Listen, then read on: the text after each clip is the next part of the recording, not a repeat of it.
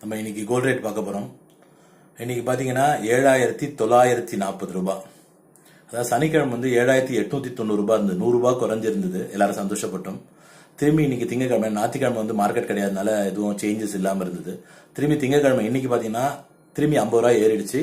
இன்னைக்கு வந்து ஒரு கிராம் ஆபரண தங்கம் சொல்ற 916 வந்து 7,940 ரூபாய். நம்ம இந்த கோல்ட் ரேட்டோட சேர்ந்து நம்ம டிப்ஸும் சொல்லிட்டு இருக்கோம்.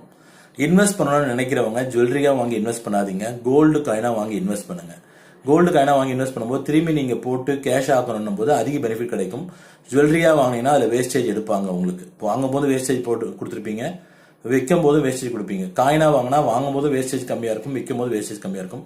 சில நிறுவனங்கள்ல, சில ஜுவல்லரி கம்பெனிகள்ல காயினா நீங்க வாங்கினா போனஸுமே போட்டு தராங்க. என்னோட சேனல்ல சம்பந்தப்பட்ட வீடியோ போட்டிருக்கேன். உங்களுக்கு விருப்பம் தான் போய் பாருங்க. இது வரைக்கும் ஒரு 10,000 பேர் சப்ஸ்கிரைப் பண்ணுங்க அந்த சேனலை. வீடியோ பிடிச்சிருந்தா லைக் பண்ணுங்க, மற்றவங்க ஷேர் பண்ணுங்க. ஏதாவது டவுட்